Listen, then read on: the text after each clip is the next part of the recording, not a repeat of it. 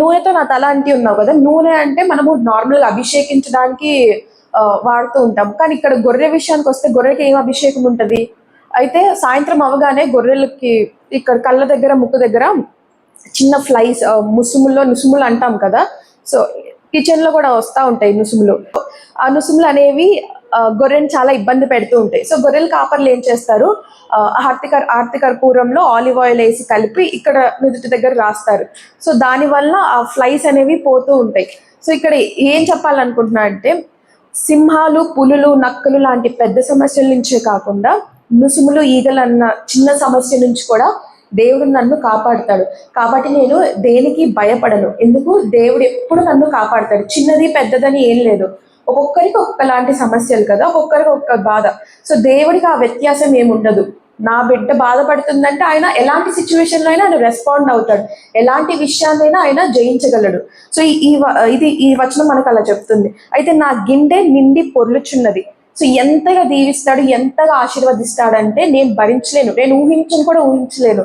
అంత అత్యధికముగా దేవుడు నన్ను దీవించగల దేవుడు అని మనకి ఇక్కడ తెలుస్తుంది. అలాగే 6వ వచనం చూద్దాము. నేను బ్రతుకు దినములన్నీ కృపాక్షేమంలే నా వెంట వచ్చును. ఓకే అండి. సో ఇప్పుడు నా వెనకాల ఏమొస్తాయంటే కృపాక్షేమ, ఇద్దరు వస్తారు, కృపారావు, క్షేమారావు. సో కృపారావు ఏం చేస్తాడు, నేను చేయలేనిది చేస్తాడు. నేను నడుస్తూ అలసిపోతే నన్ను ఎత్తుకుంటాడు. నన్నేమన్నా వచ్చి శత్రువు ఎవరన్నా వచ్చి నన్ను క్యాప్చర్ చేస్తే నన్ను విడిపిస్తాడు. ఎవరు? కృపారావు. క్షేమారావు ఏం చేస్తాడు, నన్ను క్షేమంగా కాపాడుకుంటాడు. త్రోవ తప్పకుండా దేవుని చిత్తానికి నా జీవితం ఎలైన్ అవుతున్నట్టు, సమలేఖనం అవుతున్నట్టు క్షేమారావు నన్ను కాపాడతాడు. అయితే ఇంకో వచనం, చిరకాలం యెహోవా మందిరంలో నేను నివాసము చేసేదను. అయితే ఇంత మంచి దేవుడు నాకుంటే, ఇంత మంచి కాపరి నాకుంటే నాకు ఇంకేం కావాలి?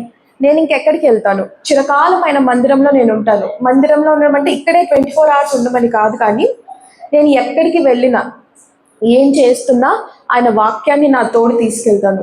అంటే చాలా మంది బైబిల్ అలవాటు ఉంటుంది కదా, మనం ఎక్కడికి పడితే అక్కడికి తీసుకెళ్తాము. సో బైబిల్ కన్నా ఆయన వాక్యాన్ని నా హృదయంలో పెట్టుకొని నేను ఎక్కడికి వెళ్ళినా, ఏ పనికి వెళ్ళినా నేను ఆయన వాక్యాన్ని నేను తీసుకెళ్తాను అని ఇక్కడ దావీదు గారు అంటున్నారు. సో దావీదు గారు గొప్పగా 6 వచనాల్లో వర్ణించాడు గొర్రెల కాపరి గురించి.